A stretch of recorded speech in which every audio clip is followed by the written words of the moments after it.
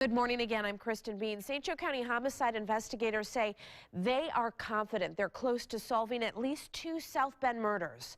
The first happened in 2013, the second less than a year later. And this morning, police say these 2 violent crimes could be connected. This memorial, which sits along Lincoln Way West in South Bend, is starting to fade. It's been almost 3 years, but Jarena Bailey's family won't forget why it's here. You don't. That's something that you just never get over. In July of 2013, Bailey was shot to death while attending a party here. No one has been arrested. I feel like nobody's paying for it but the family. But police say they are closer than ever to solving this. We know who the players are. We know who's involved. Metro homicide investigators say Bailey and 2 other women were caught in the crossfire when 2 rival gangs began shooting at each other into the crowd. My belief is one of the people in this is dead.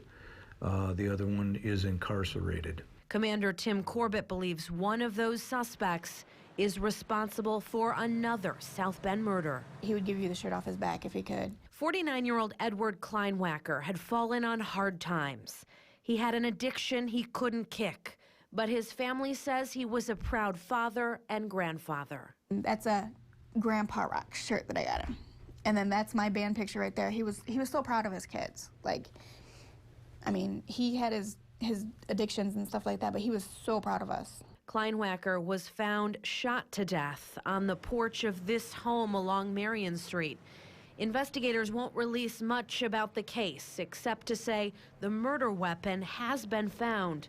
There are 3 suspects, and at least one is also responsible for Bailey's death. What do I hope to do? Satisfy the family that they haven't answered who killed their loved one, number 1. Number 2, bury him as deep in the system as what I possibly can so he will never ever have the light of day, and he has to think about that for the rest of his miserable life. Corbett says they're closer to bringing justice to Bailey, who had just started a new job and left a 1- and 3-year-old behind. They're doing okay. He talk about her every now and then, he remember.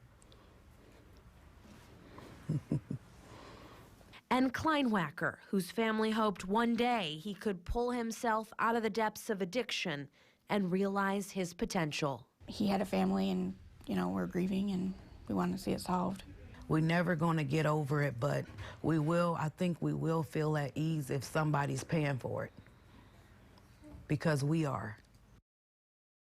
And one of the things the family said that struck me was there are people out there that wore shirts in support of Jarena, that attended her funeral, that hugged her family, and they have information that they're not telling police. They say the biggest support they can offer the family now is to tell what they know. And another reason to tell police, Corbett believes that these suspects are also tied to other murders in South Bend. These are not good people.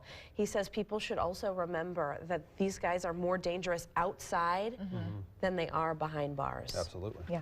All right, Kristen, thank you. Carrie, let's